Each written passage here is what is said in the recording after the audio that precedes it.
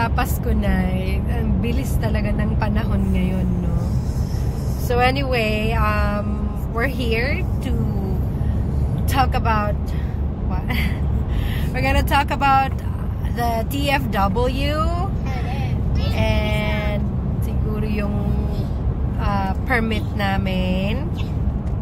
Alam mo, minsan parang ayoko nang mag-update kasi nakakahiya naman dun sa mga kabayan natin na mga kabayan? sa mga citizen na. Kasi parang nakakahiya kasi parang gusto na nila tayong pauwiin lahat. Kabayan? Mga temporary workers. Diba? Marami akong nakikita na mga comments sa mga ibang vlogs, ganun. Yung mga iba talaga, yung talaga nagko-comment yung mga Pinoy na citizen na daw sila. So, sinasabi talaga nila, umuwi na kayong lahat, ganyan. You know what, I really don't understand where they're coming from. Kasi nanggaling din naman sila doon. Temporary din naman sila. And gusto nila yung mga kagaya nating mga temporary now, umuwi na. You know what, I really get it that we're just temporary. I know the word temporary, na pwede tayong pauwiin, pwede tayong, you know, yung mga nangyayari ngayon. Pero, you know, the thought that just like you guys, mga citizens, you were in our shoes before. Naging temporary din naman kayo, and then naging permanent. So, that's what we want too. Gusto rin namin maging permanent. So, wag naman maging madamot na gusto nyo umuwi agad lahat. But anyway, natatawa na lang talaga ako. Kasi, in my old vlog, meron dun sa sinabi, yung earlier this year na vlog, maraming mga nagko-comment na sige, umuwi na kayo, ganyan. Tapos meron dito, this particular, I don't know, I think she's a woman. Sabi niya talagang nagbigay pa siya ng mga yun, figures. Pero actually, hindi naman accurate yung figures niya. But, ayun, talagang dinadown niya talaga. Ay, ikaw ganyan.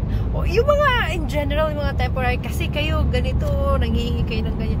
Parang, okay, if there are other Filipino people na nagaganon, but just remember that not everyone is doing that, diba? So, huwag tayo maging judger na feeling mo lahat ginagawa yung hindi tama. So, ayun nga. And another update, siguro alam nyo na din yun na they recently gave the update about temporary workers. Not just temporary workers, pero yung mga students din. So, medyo nakakalungkot kasi talagang sobrang higpit na talaga ngayon.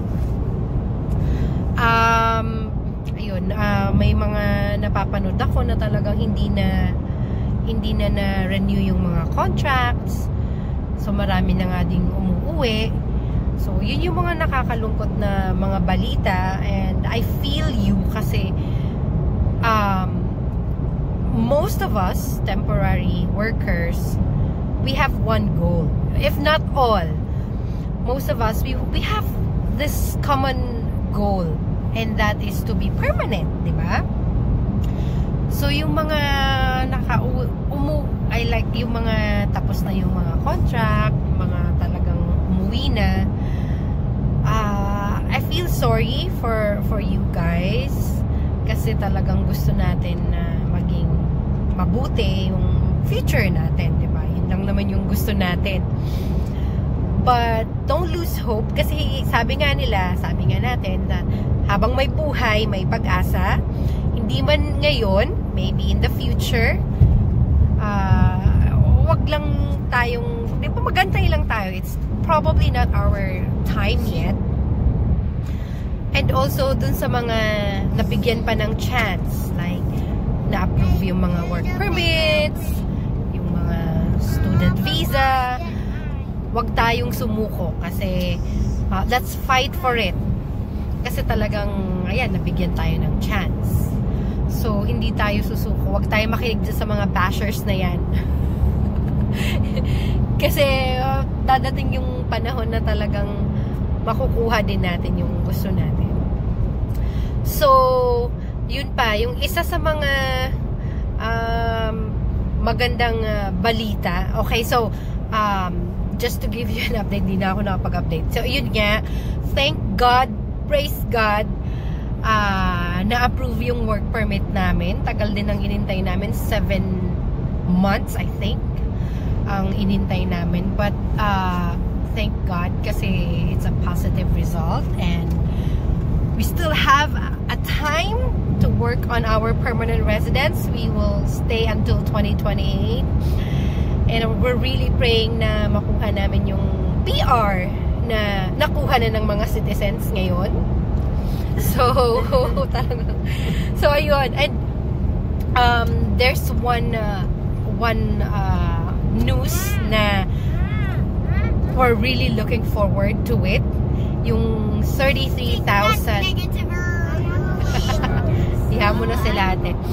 So yung there will be 33,000 work permit holders na itatransition to permanent residence. Ito yung mga talagang established na, talagang established na sa community, yung mga nagbabayad ng tax.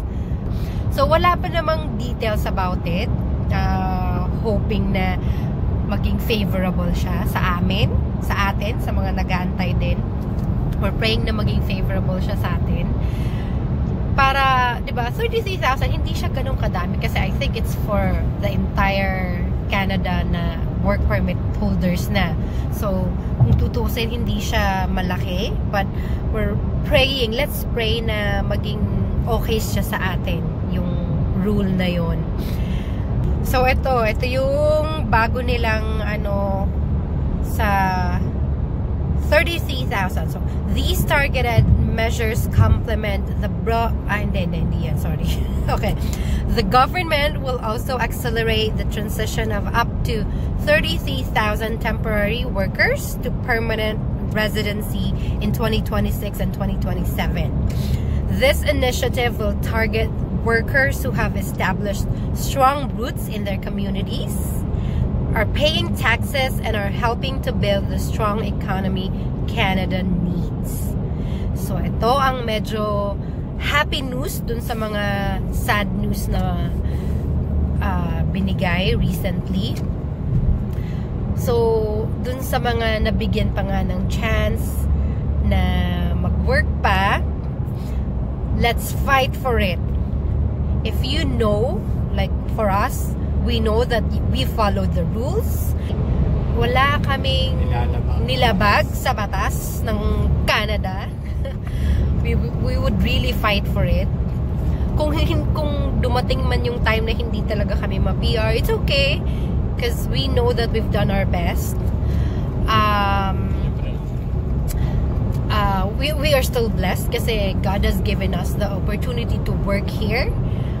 Magti 3 years na kami, and then we're given another 3 years. So 6 years is not bad if we're going home. For 6 years we stayed here in Canada. We experienced the life here, then we're blessed. So we're not gonna be sorry about it kung hindi man kami maging permanent residents. But if we are given the opportunity to be a permanent resident, then thank God, praise God, hallelujah. So ganun tayo, mga temporary workers, wag tayo magpadala sa mga bashers na yan. mga Pinoy pa naman, maintindihan ko pa kung mga ibang lahi, pero yung mga yung mga Pinoy natin na talaga umuwi na kayo kasi ganito, ganyan. Diba? Ay, so bless your hearts, guys. So, yun lang. So, we wanna encourage you guys. Pray hard.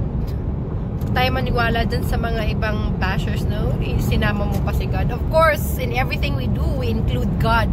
May it be smaller or bigger plans, kailangan natin i-include si God. Kasi He can take, He can take away, He can give.